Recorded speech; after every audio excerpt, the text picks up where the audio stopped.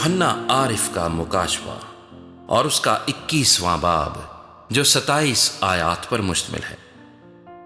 پھر میں نے ایک نئے آسمان اور نئی زمین کو دیکھا، کیونکہ پہلا آسمان اور پہلی زمین جاتی رہی تھی اور سمندر بھی نہ رہا۔ پھر میں نے شہر مقدس نئے یروشلیم کو آسمان پر سے خدا کے پاس سے اترتے دیکھا، اور وہ اس دلہن کی مانند آراستہ تھا جس نے اپنے شوہر کے لیے سنگار کیا ہو۔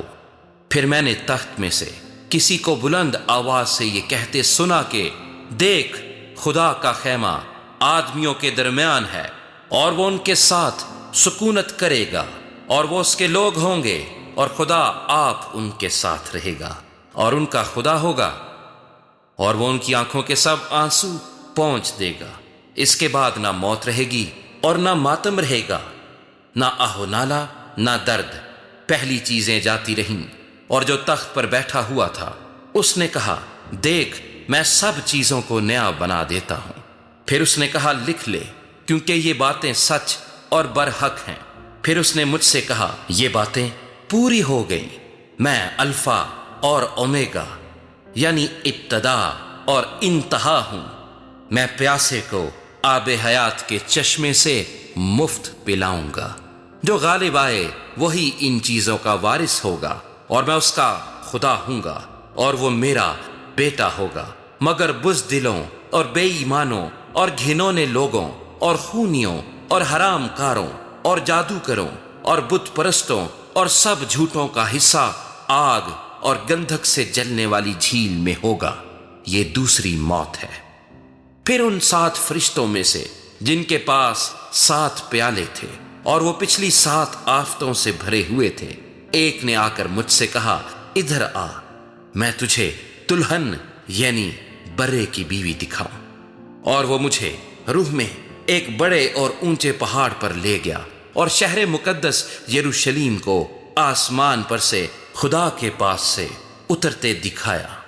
اس میں خدا کا جلال تھا، اور اس کی چمک نہایت قیمتی پتھر یعنی اس یشب کی سی تھی جو بلور کی طرح شفاف ہو۔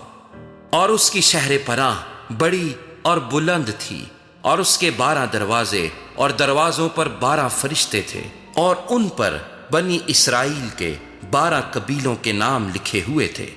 3 دروازے مشرق کی طرف تھے، 3 دروازے شمال کی طرف، 3 دروازے جنوب کی طرف، اور 3 دروازے مغرب کی طرف۔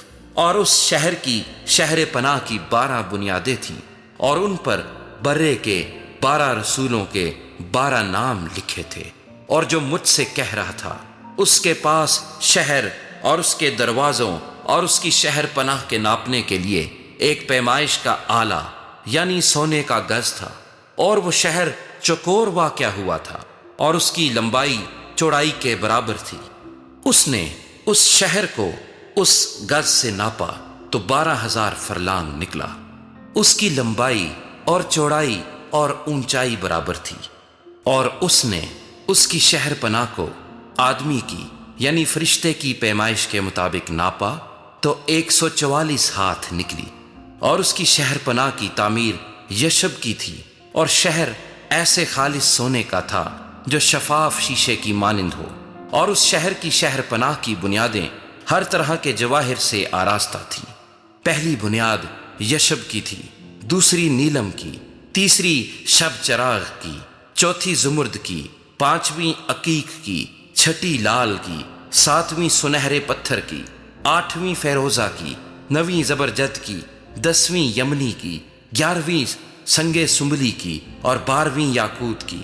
اور 12 دروازے 12 موتیوں کے تھے، ہر دروازہ ایک موتی کا تھا۔